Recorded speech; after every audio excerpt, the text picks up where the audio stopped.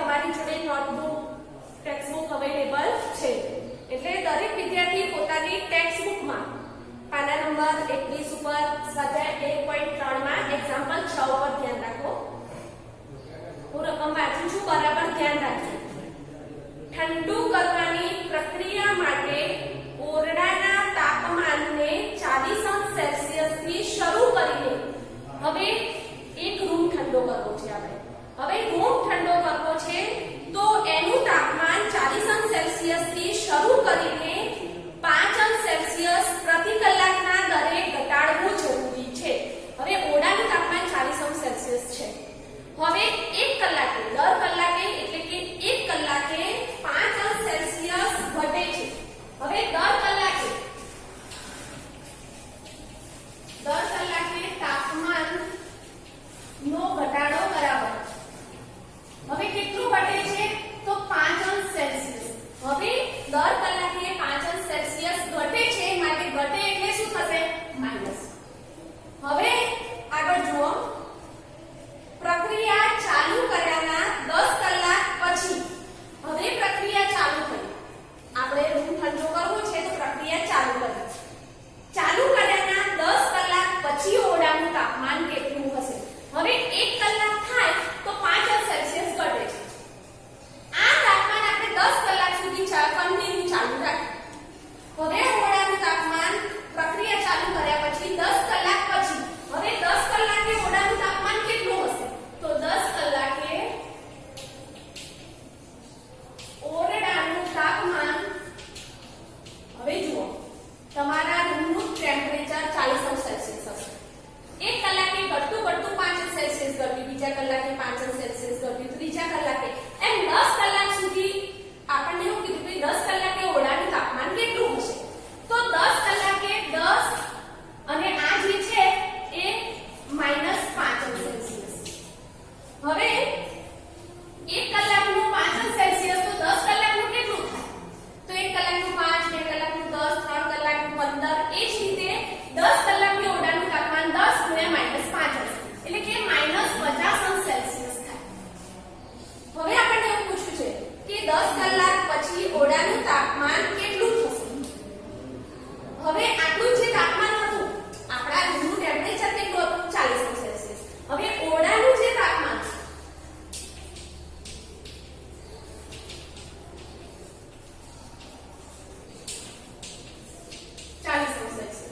અને 10 કલાકે જે 10 કલાક ચાલુ ઠંડુ કરવું હતું તો 10 કલાક જે ચાલુ રાખ્યું એ વખતે ઓરડાનું તાપમાન કેટલું થઈ ગયું? -50°C. હવે આપણને એવું કીધું કે છેવટનું તાપમાન કેટલું? તો આટલું હતું અને 10 કલાક પછી આટલું થયું. તો છેવટનું તાપમાન એટલે કે આ હતું, આ પ્લસ હતું અને આ માઈનસ, એટલે કે ઘટતું 1 કલાકે 5°C, બીજા કલાક, ચોથા કલાક, એમ ટોટલ 10 કલાક એને ચાલુ રાખ્યું તો છેલ્લે તાપમાન -50°C જેટલું ઘટી ગયું. છેલ્લે ને એટલું ઘટી ગયું. હવે આપણે છેવટનું તાપમાન શોધવાનું. તો છેવટનું તાપમાન બરાબર, હવે આપણે છેવટનું તાપમાન શોધવા માટે આપણું જે હતું એ વત્તા આટલું આપણું ઘટ્યું, એટલે કે ટોટલ આખા રૂમનું ટેમ્પરેચર કેટલું? તો આપણું આટલું હતું અને બીજું આટલું થયું.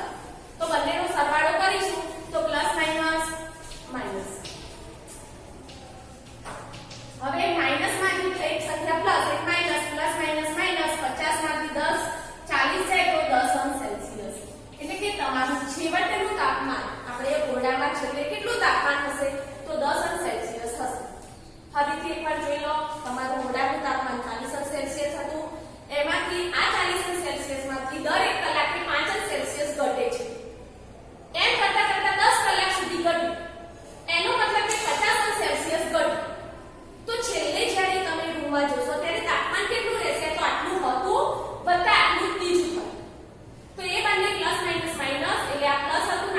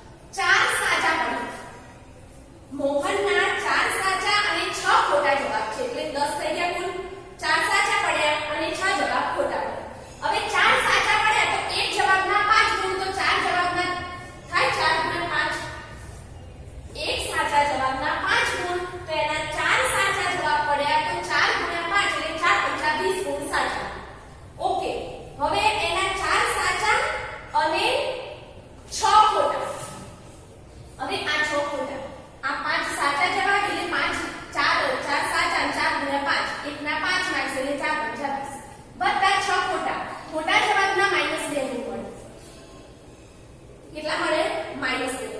મોહનના કેટલા ગુણ મળ્યા તો મોહનના કુલ ગુણ શોધવા માટે 4 સાચા એટલે 4 × 5 4 × 5 20 6 × 12 6 × 12 એટલે કે 20 સાચા જવાબ વત્તા 12 જે ગુણ મળ્યા એ ખોટા જવાબના મળ્યા કારણ કે 4 સાચા એટલે 4 × 20 6 ખોટા 2 માર્ક્સ 1 ના 2 માર્ક્સ એટલે 6 દુ 12 20 માંથી 12 જાય પ્લસ માઇનસ 8 આપણને એવું પૂછ્યું છે કે ભાઈ મોહને કેટલા ગુણ મેળવ્યા તો મોહને 8 ગુણ મેળવ્યા કેટલા ગુણ મેળવ્યા 8 ગુણ હવે એમાં બીજો આનો જ બીજો પ્રશ્ન આના ઉપરથી જ આપણે લખવાનો છે બીજો છે રેશમાના 5 સાચા હવે નામ છે રેશમા હવે રેશમાના ગુણ શોધીએ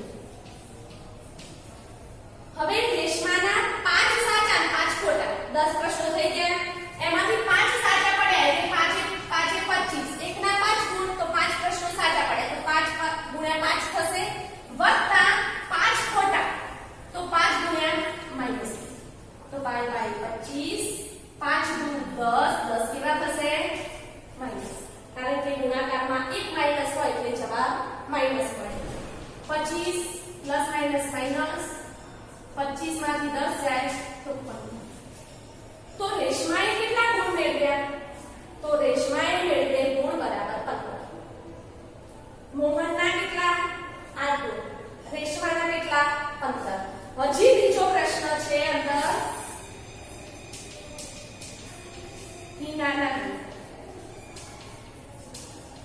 હવે હિનાના ગુણ કેટલા છે કુલ પ્રશ્નો 10 હતા જો તમારો જવાબ સાચો પડે તો 5 ગુણ ખોટો પડે તો માઈનસ હવે હિનાના કેટલા સાચા છે તો હિના 7 જવાબ લખ્યા હિનાએ જવાબ ફક્ત 10 નથી લખ્યા 7 જ લખ્યા છે એટલે કે 3 ના તો 0 0 હવે 7 માંથી 2 સાચા અને 5 ખોટા એટલે 2 સાચા સાચા જોડે 5 ગુણાય અને 5 ખોટા તો 5 ગુણ્યા માઈનસ ઓકે 2 સાચા અને 5 ખોટા હું નીચે લખું છું એટલે બાજુમાં બીજો દાખલો આવી જાય ચલો 2 સાચા અને 5 ખોટા એક સાચા જવાબના 5 ગુણ તો 2 સાચા તો 2 × 5 = 10 5 ખોટા એકના 2 ગુણ માઈનસ 2 એટલે 5 દુ 10 10 કેવા થશે માઈનસ આ પ્લસ 10 અને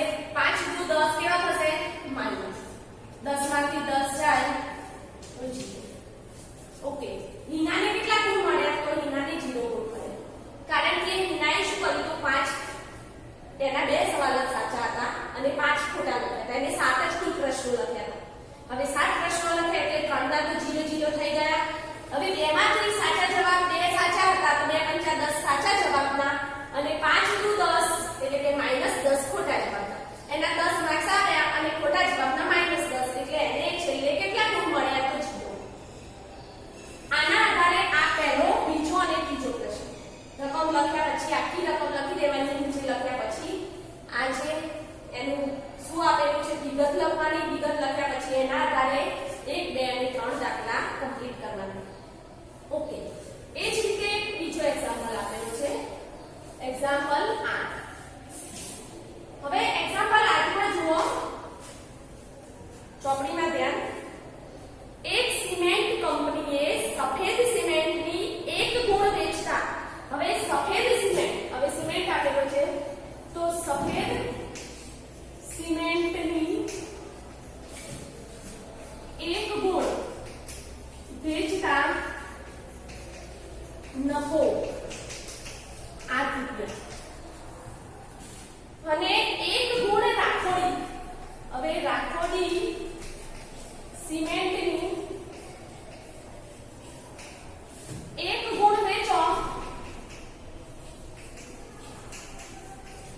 તો એના પાછળ ખોટ જાય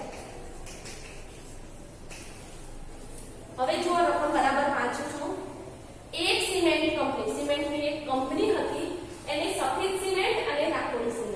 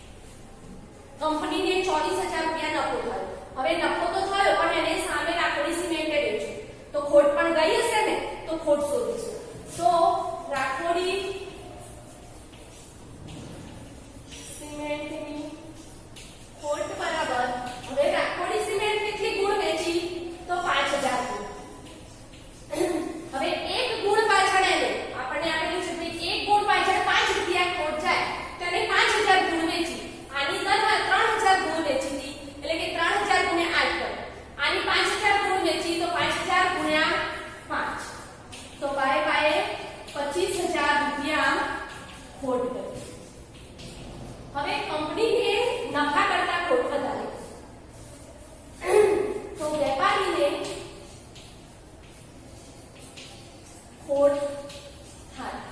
કેમ? કારણ કે તમારી ખોટ એ નફા કરતા કેવી છે? વધારે. હવે ખોટ કેટલા રૂપિયા વધારે છે?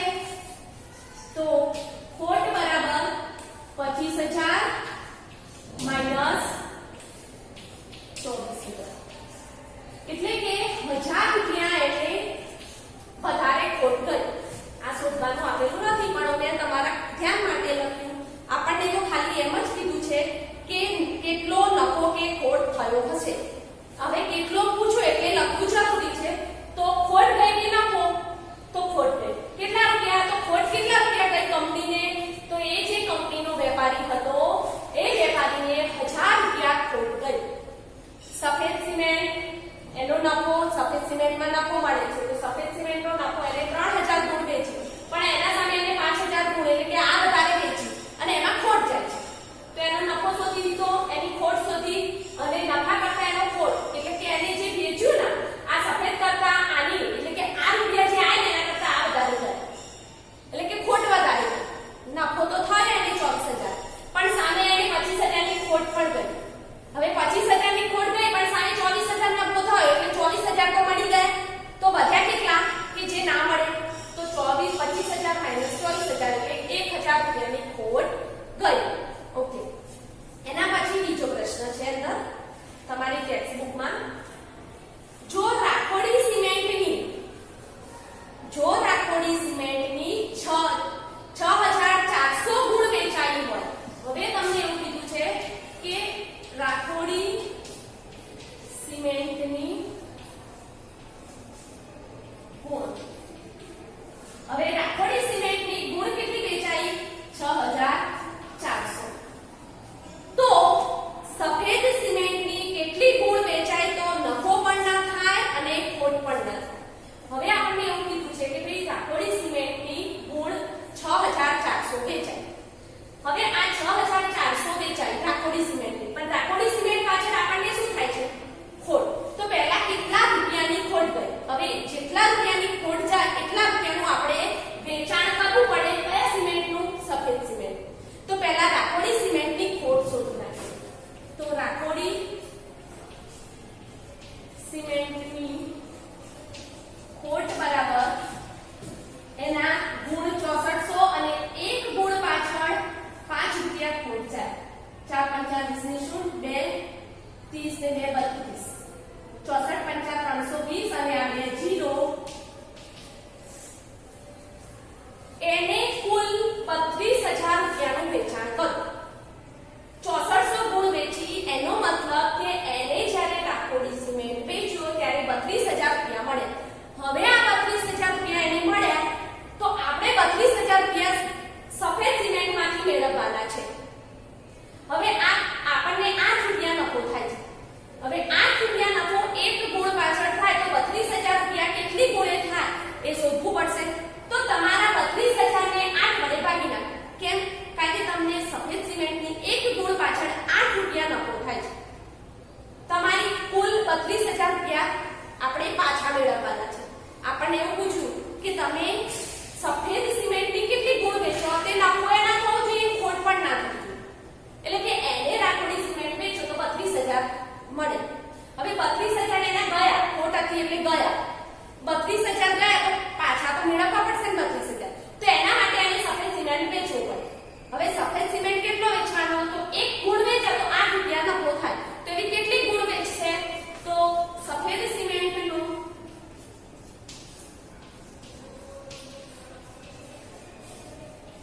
ગુણ બરાબર એના 32,000 જે રૂપિયા છે એને તમારા જે નફો છે 8 રૂપિયા એના વડે ભાગી નાખો. હવે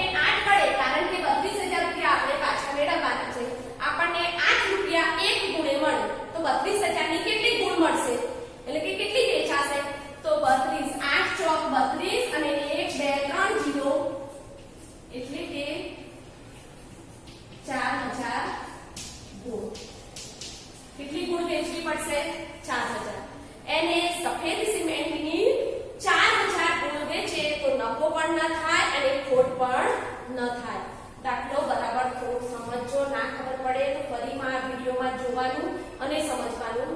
સફેદ અને વ્હાઈટ રાખોડી સિમેન્ટ, આ દાખલો આવડી જશે. આમાં થોડું ધ્યાન રાખજો કે રાખોડી સિમેન્ટ વેચો અને સફેદ સિમેન્ટ કેટલો વેચવાનો એટલે એની ગુણ શોધવાની છે. રૂપિયા આપેલા છે, રૂપિયા ટોટલ રૂપિયા અને એક ગુણના રૂપિયા એના વડે ભાગી નાખો એટલે ગુણ મળી જાય. ઓકે, હવે આપણો આ સાથેનો એક્ઝામ્પલ 9.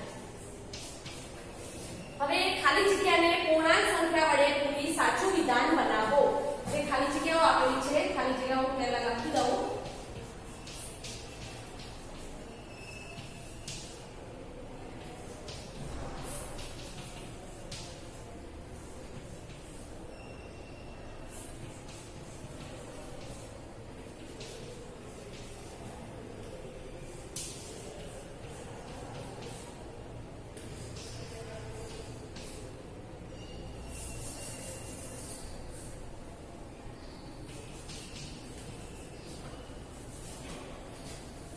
હવે જુઓ, પૂર્ણાંક સંખ્યાઓ વડે ખાલી જગ્યા પૂરો. એમાં આપી છે -3 ગુણ્યા ખાલી જગ્યા બરાબર 27. હવે તમારો જવાબ મળ્યો પ્લસ. એનો મતલબ કે આ પૂર્ણાંક તમારા બંને ઋણ હશે તો આ જવાબ પ્લસ મળે. માઈનસ માઈનસ પ્લસ થાય. હવે 27 ને 3 વડે ભાગો તો 3 9 27. તો આવી ગયો જવાબ. ગુણાકારનો પુનરાવર્તિત ભાગાકાર થાય એટલે ગુણાકાર આપેલો હોય, એક જવાબ શોધવાનો હોય તો જે સંખ્યા આપેલી હોય એના વડે ભાગી નાખવાનો. ઓકે, હવે